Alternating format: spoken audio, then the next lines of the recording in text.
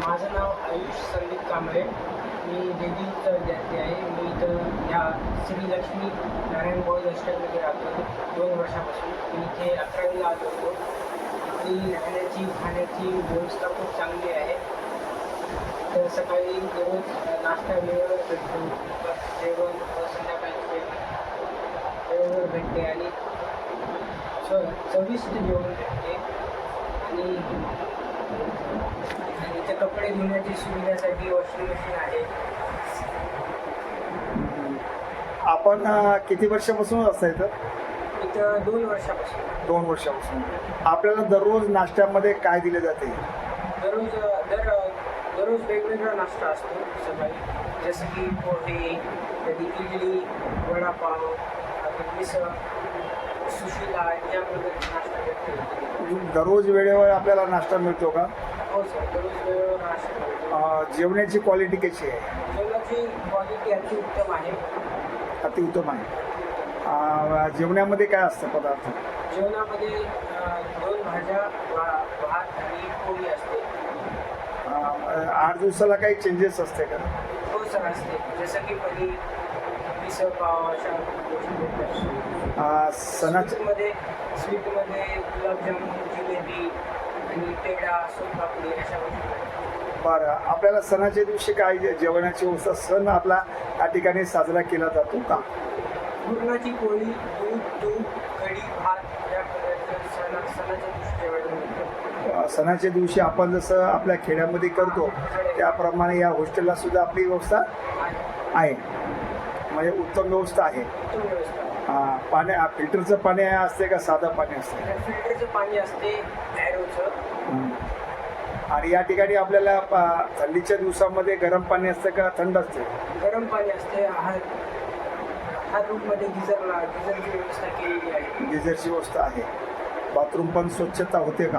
दररोज झाडून घेण्यासाठी, बाथरूम साफ करण्यासाठी, पुसून वगैरे घेण्यासाठी बाई लावलेली आहे. दररोज सकाळी बाई. मुलांचा अभ्यास होण्यासाठी हॉस्टेल मालक थोडा आपल्याकडे लक्ष देते का? हो सर. अभ्यास करा म्हणून आपल्याला वाच त्यांचा असतो, हो असतो. म्हणून त्यासाठी आपल्याला हा हॉस्टेल आवडलेला आहे. आवडलेलं आहे सर. अतिउत्तम हॉस्टेल आहे.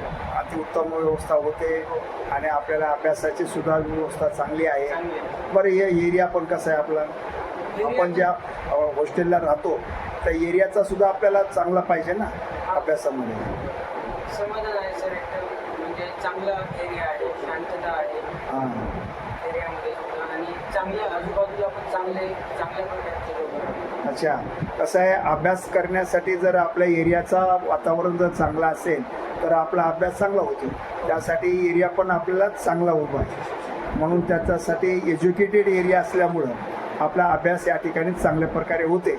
म्हणून तुमचं मन 2 वर्षापासून या ठिकाणी म्हणजे गुंतलेले आहे. मग तुम्ही तुमच्या मित्रमंडळाला सांगता का की बाबा हे हॉस्टेल चांगलं आहे आणि या हॉस्टेलमध्ये जर तुम्ही चांगल्या प्रकारे आपले एज्युकेशन होते, असं काही लोकांना सांगता का? तुमच्या मार्फत एखादा मुलगा आला का, मित्र वगैरे आला का, किंवा कधी कधी त्याचा विचार करता का तुम्ही? हो सर.